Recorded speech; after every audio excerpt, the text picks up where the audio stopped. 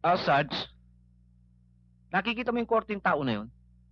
Ang patatamaan mo, yung bilog sa dibdib, papapasukin mo, ha?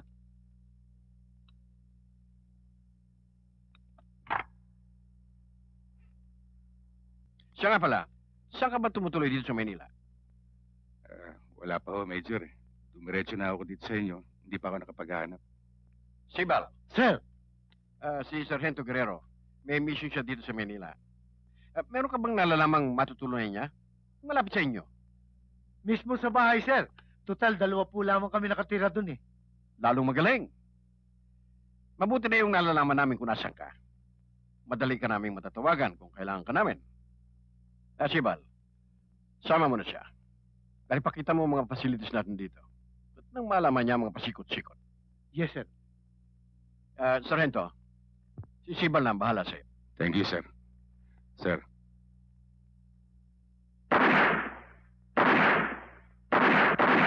Ito naman ang target range namin. Dito kami nagsasanay. Halika, pakikilala kita sa mga kaibigan ko. Torres, Sergeant Guerrero. Kamusta kayo? Sarge. Sige, Torres. At ito naman si Bombay. Si Detective Ramiro.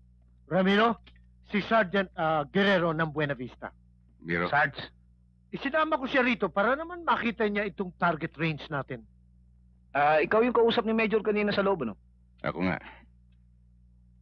Meron ba kayong ganito sa probinsya? Wala. Maliit lang yung bayan namin. Siguro mga tinatarget nyo doon, latan at pasyong bote. Oo, yun nga. Bakit hindi mo subukin? Sa ibang araw na lang. Sige, sir. Subukin mo ng masalat mo. Sarge, nakikita mo yung korteng tao na yun?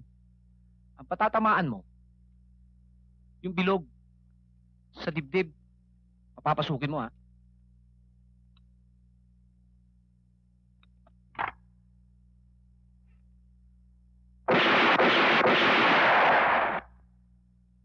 Sargento, mukha yata napabilis ang kalabit mo, ha? Baka ni sa papel, hindi tumama. Guerrero, ipakikita ko naman sa iyo ang aming laboratorio.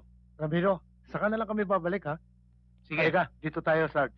Sarge, Sige, Ramiro.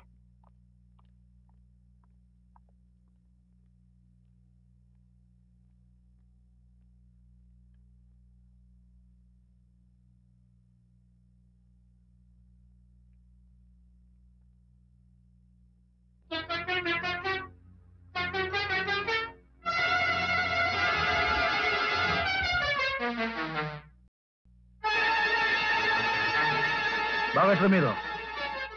Wala.